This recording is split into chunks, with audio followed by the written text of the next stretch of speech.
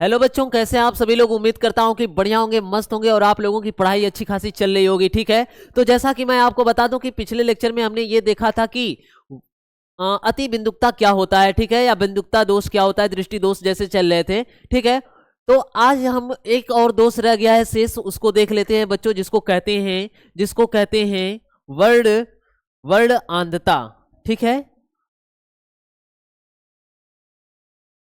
Word आंधता।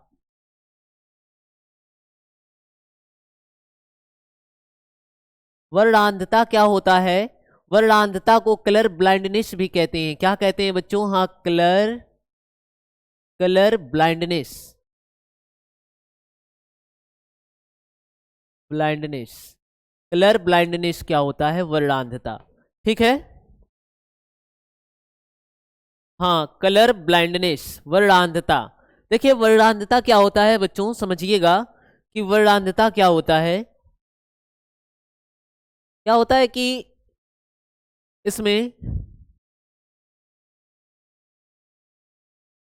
अगर कोई व्यक्ति के नेत्र में ये दोष पाया जा रहा है वर्णांधता का, तो वो क्या कर पाता है कि बच्चों, उसको दिखाई तो देती है चीजें, लेकिन वो रंगों में विभेद नहीं कर पाता है। ठीक है, समझ में आई बात? वो रंगों में विभेद नहीं कर पाता है। कुछ ऐसे रंग होते हैं जिनमें वो विभेद नहीं कर पाता है। ठीक है, तो इस दोष को, जो रंगों में विभेद नहीं कर पाता है, ठीक है, तो इस दोष को कहते हैं क्या? Colour blindness. क्या कहते हैं? कलर ब्लाइंडनेस कहते हैं। ठीक है, समझ में आई बात? तो आप इसमें कह सकते हैं कि इस दोष से पीड़ित व्यक्ति को इस दोष से पीड़ित व्यक्ति को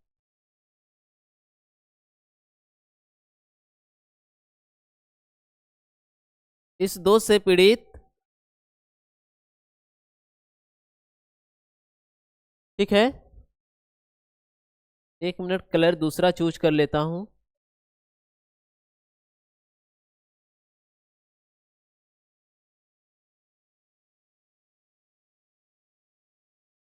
हाँ, इस दोष से पीड़ित व्यक्ति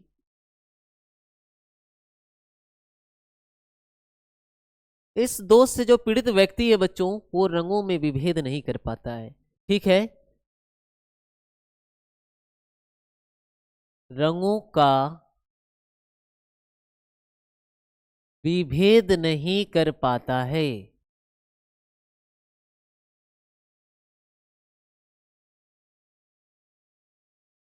कर पाता है, रंगों का विभेद नहीं कर पाता है। इस दोष से पीड़ित व्यक्ति रंगों का विभो रंगों का विभेद नहीं कर पाता है। समझ में आई बात? क्लियर है? बोलिए, क्या क्लियर है बच्चों? उम्मीद करता हूं कि आपको इतना समझ में आया। ठीक है, रंगों का विभेद नहीं कर पाता है, इसको कहते हैं कलर ब्लाइंडनेस। इस दोष को क्या कहते हैं? कलर ब्लाइंडनेस कहते हैं, वर्णांधता कहते हैं। तो आप यहां पे लिख सकते हैं कि इस दोष को वर्णांधता कहते हैं। क्या कहते हैं? वर्णांधता कहते हैं। और ये ध्यान देना कि ये जो वर्णांधता है, कलर ब्लाइंडनेस है, इसका कोई बच्चों उपचार नहीं है, इसका कोई इलाज नहीं है। ठीक है, तो आप यहां पे लिख सकते हैं कि इस दोष का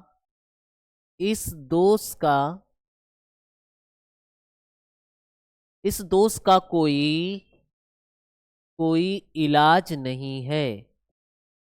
इस दोष का कोई इलाज नहीं है। समझ में आई बात?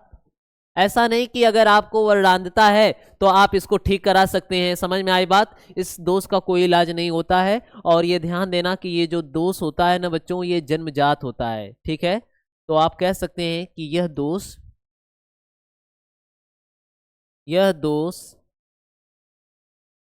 ठीक है, जन्मजात होता है।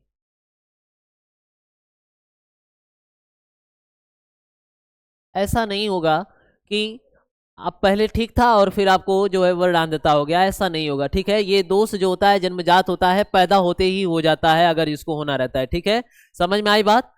तो कोई दिक्कत नहीं है, समझ में आई बात? इसका कोई इलाज नहीं है बच्चों, कलर ब्लाइंडनेस का कोई इलाज नहीं है, वर्णांधता दोष का कोई इलाज नहीं है, और ये जन्मजात पाया जाता है। ठीक है, हाँ, इस दोष से पीड़ित व्यक्ति क्या करता है कि कुछ ऐसे रंग हैं, ठीक है, जिनका विभेदन ये नहीं कर पाता है। ठीक है, समझ में आई बात?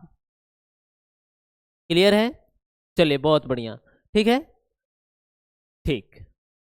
अब हम बात करते हैं बच्चों, आगे हम चलते हैं और हम बात करते हैं कि नेत्र की समंजन क्षमता क्या होती है। ठीक है, नेत्र की समंजन क्षमता, नेत्र की समंजन क्षमता क्या है? ठीक,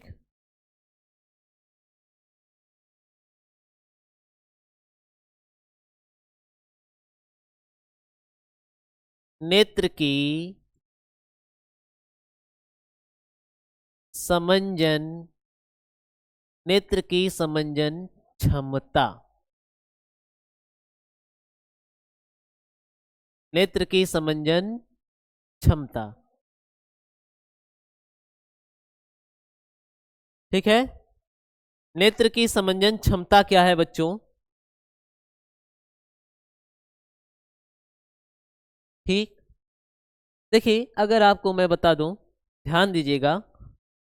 ठीक है, आपको मैं ये बता दूं बच्चों कि जो नेत्र में उत्तल लेंस लगा है, ठीक है, इस लेंस की अगर मैं बात करूं तो इस लेंस के बारे में, उत्तल लेंस के बारे में पहले हमने भी पढ़ लिए हैं। ठीक है, पिछले लेक्चर में, पिछले चैप्टर में बच्चों।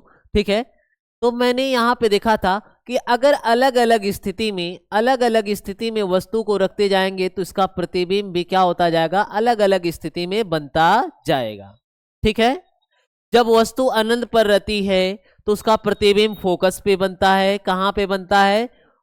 फोकस पे। जब वस्तु कहां रखी होती है? अनंत पर। फिर जब वस्तु 2f1 और अनंत के बीच में आती है तो प्रतिबिंब भी जो है वो 2f2, f2 और 2f2 के बीच में बनता है। फिर जैसे ही वस्तु जो है कि यहाँ पे आती है, ठीक है, f1 पे, उसी तरीके से प्रतिबिंब भी देखा जाए तो कहने का अर्थ ये है कि एक एक स्टेप आप आगे बढ़ते हैं तो प्रतिबिंब भी एक एक स्टेप क्या होता है, खिसकता चला जाता है। प्रतिबिंब भी लेंस से उसकी दूरी क्या होती है, चेंज होती चली जाती है। तो कहने का अर्थ ये है कि जब वस्तु की स्थिति बदल रही है तो प्रतिबिंब की भी स्थिति क्या हो रही है, बदल रही है। ठीक है, लेकिन अब बात चल रही है किसमें? नेत्र में। नेत्र में तो ये तो लेंस और रेटिना के बीच की दूरी क्या है, फिक्स है। यानी लेंस से प्रतिबिंब, मानव नेत्र में जो लेंस लगा है, अभिनेत्र लेंस और रेटिना, इनके बीच की तो दूरी क्या है, फिक्स ही है। ये तो घटेंगी बढ़ेंगी नहीं। ठीक है, तो ये फिक्स है। तो लेकिन वस्तु जो है, हमारे नेत्र के सामने जो वस्तुएं रखी हैं, उनकी स्थिति क्या हो रही है, चेंज हो रही है। लेकिन फिर भी हमारा नेत्र प्रतिबिंब कहाँ पे बना रहा है, रेटिना पे ही बना रहा है। ठीक है, तो इसका क्या मतलब है कि वस्तु की स्थिति बदल रही है लेकिन प्रतिबिंब की स्थिति बदल नहीं रही, प्रतिबिंब जो है रेटिना पे ही बन रहा है। तो आखिर कैसे, क्या रीजन है, क्या कारण है कि ऐसा हो रहा है? तो इसमें रीजन है जो पश्चमाभी मांसपेशी से लगा हुआ लेंस है। पश्चमाभी मांसपेशी उस अभिनेत्र लेंस की फोकस दूरी को क्या करती हैं, संयोजित करती हैं, घटाती बढ़ाती हैं, जिनकी वजह से फोकस दूरी संयोजित होती है तो प्रतिबिंब जो है रेटिना पर बनता है। समझ में आई बात? और इनके फोकस दूरी संयोजित करने की भी एक क्या होती है, क्षमता होती है, जिसे कहते हैं नेत्र की समंजन क्षमता। क्या कहते हैं? नेत्र की समंजन क्षमता। जैसे बच्चों मेरे सामने यहाँ पे ये ऐसे वस्तु रखी हुई है सपोज, तो इसका प्रतिबिंब स्पष्ट मेरे नेत्र पे बन रहा है, और आगे कर दिया, अभी भी बन रहा है, ऐसे भी कर दूं तो कुछ ऐसी दूरी है जहां तक मेरी नेत्र क्या कर रही है, अपनी फोकस दूरी को संयोजित करके उसका स्पष्ट प्रतिबिंब रेटिना पर बना दे रही है। लेकिन किसी सीमा के जब परे हो जाएंगे, ठीक है, तो जैसे अति निकट कर दिए, अब नेत्र के काफी करीब अगर आप कर दिए तब आपको धुंधला दिखाई देगा, स्पष्ट दिखाई नहीं देगा। इसका मतलब ये है कि अब जो है नेत्र अपनी फोकस दूरी को संयोजित नहीं कर पा रहा है, जो लेंस है अब वो, और पक्षमाभी मांसपेशियां भी क्या हो गई हैं, तन गई हैं, जिसकी वजह से आंख दर्द भी करने लगती है। क्या क्लियर है बच्चों? ठीक है।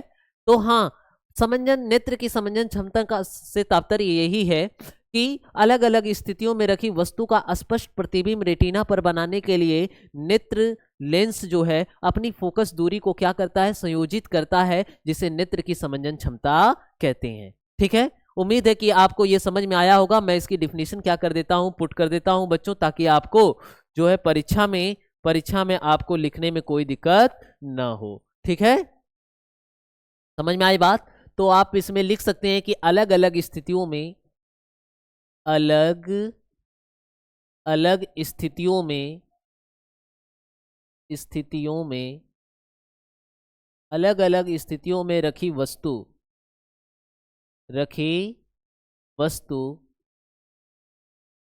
का प्रतिबिंब रेटिना पर बनाने के लिए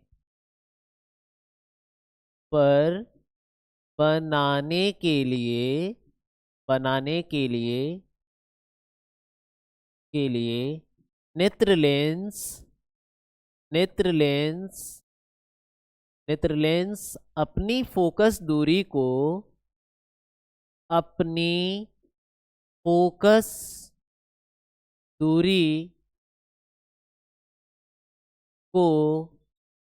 पक्षमाभी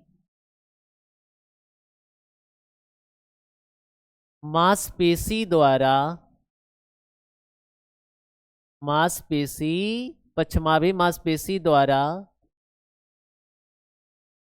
संयोजित करता है। फोकस दूरी को पक्षमाभी मांसपेशी द्वारा क्या करता है? हाँ, संयोजित करता है, जिसे, ठीक है, जिसे नेत्र की समंजन क्षमता,